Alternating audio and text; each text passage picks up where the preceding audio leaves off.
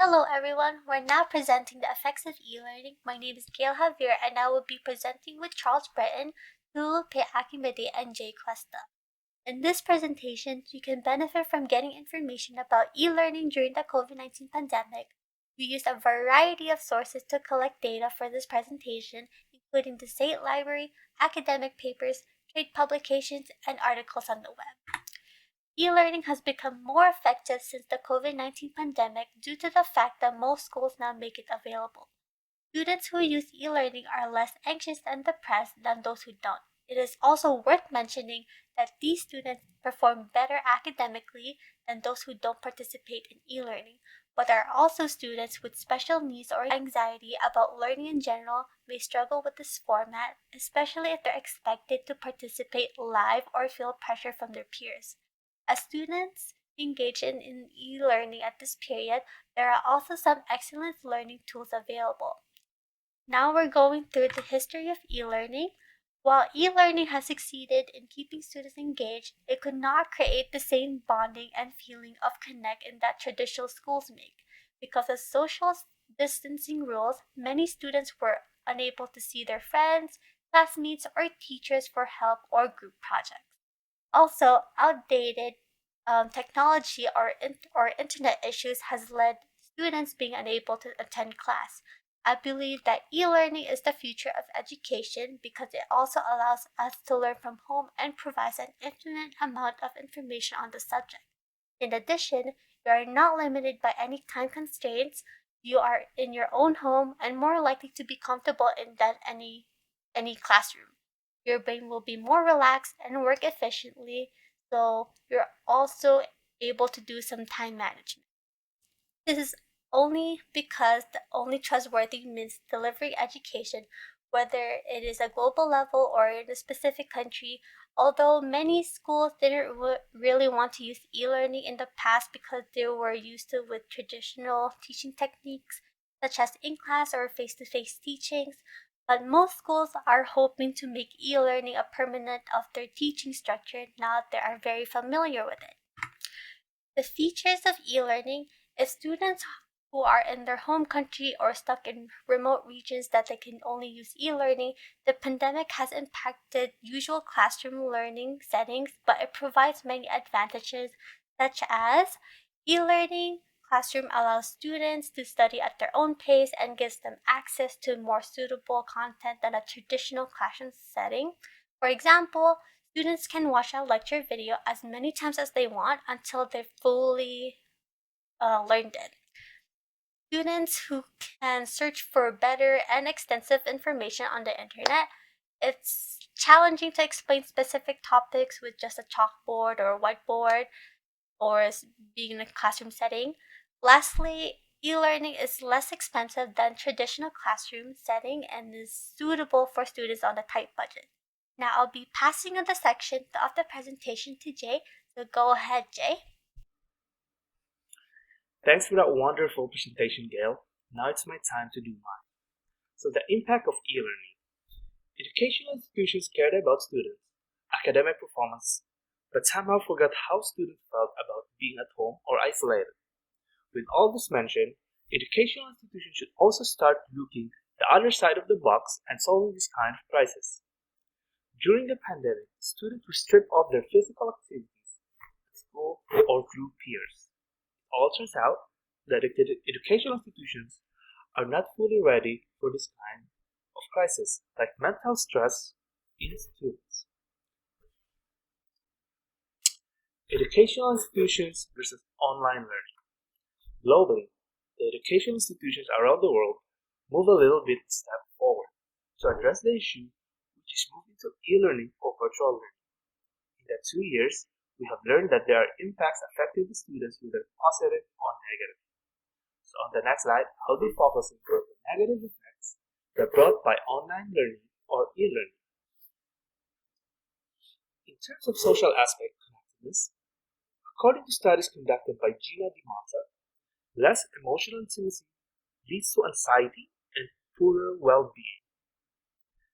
Next slide is still social aspect and connectedness, or connectedness, but in terms of poor academic performance.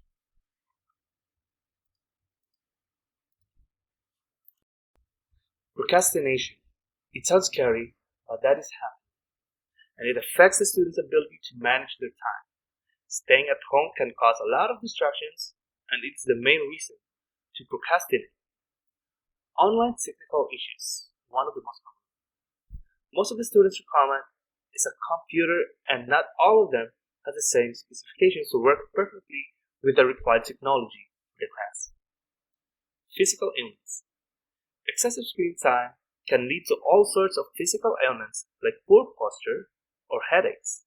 A prolonged exposure of UV light in the eyes usually cause headache and nausea. That's also far from my presentation about the impacts of e-learning. So I will just pass this on to Mr. Tulu for the next slide. Thank you. Thank you very much, Jay. Okay, I'll now be talking about the socio-economic effects of e-learning. As we all know, education revolves around the local economy, and local economy revolves around education. So the sudden change of schooling procedures from physical classes to virtual classes has disrupted most local economies. For example, non-teaching staffs and assistant teachers are no longer employed because their services are no longer needed in physical classes. So they have to file unemployment claims so as to be able to get a temporary source of income. Also, we have more people living in big cities and moving into rural areas to save up on money, and local governments are disgruntled about this move as they lose on income tax and property tax.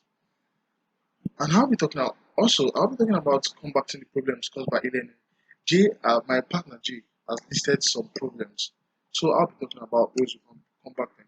For example, for anxiety, the sudden change of schools from physical classes to virtual classes has brought about a lot of anxiety to students. So it is recommended for teachers not to put students under intense pressure, under spotlights, and also they should promote mental health services when needed so that students will get help when they need to. And also excessive assignment. Giving students excessive assignment in the current world is considered a cruel punishment. Most schools start by 8 o'clock in the morning and they finish or they close by 4 o'clock. So giving them extra assignments after school will make them not be able to do any other thing apart from school. They might stay up late to do assignments, which is going to affect their grade. And also, by giving them less assignments, educators will have more time for students and also more time for themselves instead of using all day and all night marking assignments. I will pass the rest to my partner Charles. Thank you, Tulu. I'll be now going over the future of e-learning and what it can possibly offer us in the near future. So firstly, we'll have the introduction of education technology, EdTech, which basically is the focus on investigating all learning processes to improve teaching and learning, as well as enhancing the efficiency and quality of teaching, as well as to reach a wider audience and address diverse learning style. We'll also see the introduction of blockchain technologies, which will allow us to have more valid and tamper-proof data where people can access them and change it however they want. It'll be on a ledger, as well as make things more secure so you only have a specific key before you can actually access your data. And lastly, it'll be easier for us to verify credentials where anyone can basically look up if you have that certain credential. Moving on to artificial intelligence, there's basically two categories.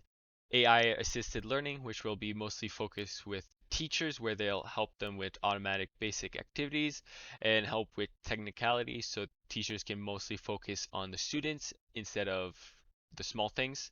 And lastly, chatbox, which will help with students have a greater control of their learning experience and help them learn at their own pace. And lastly, chatbox allow us to learn from previous encounters, so it'll get better over time. Moving on to gamification. So gamification is the step of just making things as a game, so just to bring more engagement and motivation. It basically is to improve learning joy and have a greater user behavior change. Lastly, we have virtual training. So this will help out carry out tests in risk-free situations, so no more risk involved, and you can just keep doing the procedure how many times you want until you've perfected it. And lastly, also reduces the amount of costs involved. To conclude, the current study found student dissatisfaction with e-learning during a pandemic. Students have not fully prepared for the crisis, which is evidence that educational institutions need to think further ahead. As e-learning becomes more affordable for all demographics, school and educators must evolve to help their students succeed. School must provide adequate resources to ensure all students have access to mental health, and we recommend them to provide them to struggling students. Lastly, school will also need to develop a new curriculum that considers the evolution of technology, which will allow students to take more advantage of the efficiency provided by e-learning resources. Thank you for watching. Hopefully you learned something more about e-learning, and take care everyone. Bye bye.